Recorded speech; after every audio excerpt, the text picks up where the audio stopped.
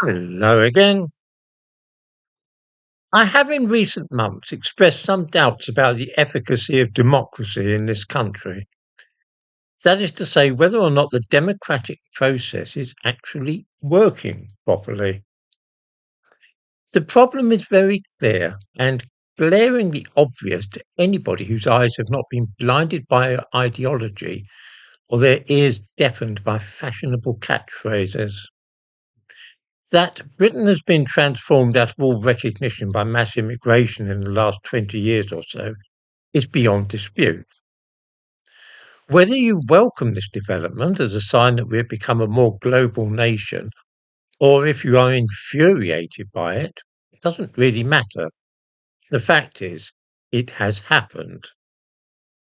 My own problem is that no party leader from Tony Blair to Keir Starmer has entered a general election saying clearly that immigration to Britain would be massively accelerated compared with what it was up to the 1990s, and that this would change the country irrevocably all time.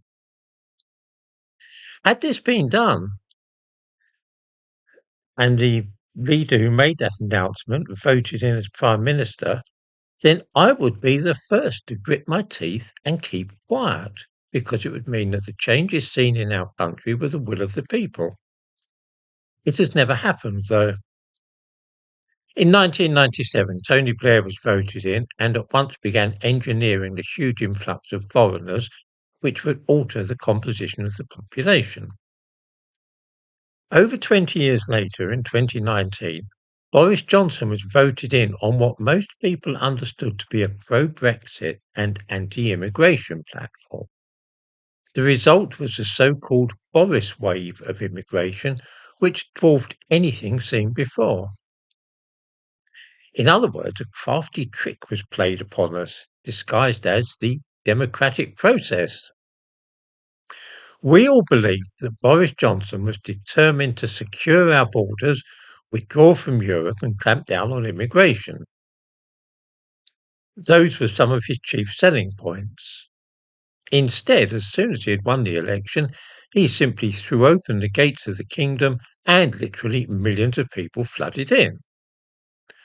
What do you suppose might have been the result of that election if he had announced plainly what he intended to do before he went to the ballot box? What I find slightly puzzling is that this is all so obvious and yet seldom seems to be mentioned in the mainstream press. True, on X and in places like Telegram, you will see the phrase, "we were never asked." But few journalists ever seem minded to point out what we all of us can see plainly, which is that democracy in Britain has taken a wrong turn somewhere, and it's no longer working properly. Of course, it is possible to argue that allowing asylum seekers into the country is right from an ethical point of view, and it is also quite reasonable to discuss the need for overseas workers in various fields.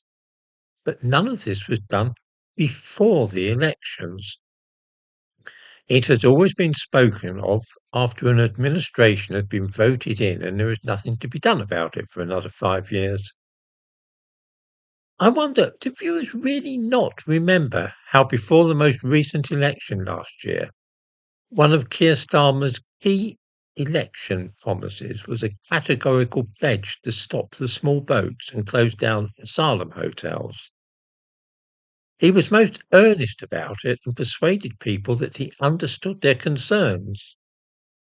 Instead, of course, once he had his feet under the table at 10 Downing Street, the number of small boats being escorted to our shores increased to record numbers. Does anybody think that the hotels for asylum seekers have actually closed down or not being used? I am beginning to think that what Britain needs, at least for a year or two, is not democracy, but rather a strong government which will actually follow the will of the people and ride roughshod over pettifogging rules and regulations to deliver what most people want. The power can be handed back to Parliament after a few years once the current situation has been thoroughly dealt with. I'm not doctrinaire about the mechanics of this, although several ideas are fairly obvious and might involve the armed forces stepping in. Something must be done, for I'm not the only one who has lost faith in democracy over the last few years. And if this continues, then I can see groups of discontented citizenry taking matters into their own hands, which is very far from being an appealing prospect. I would far rather an orderly transition away from democracy, one supervised perhaps by those men whose business it is to command large numbers of men and impose discipline on others.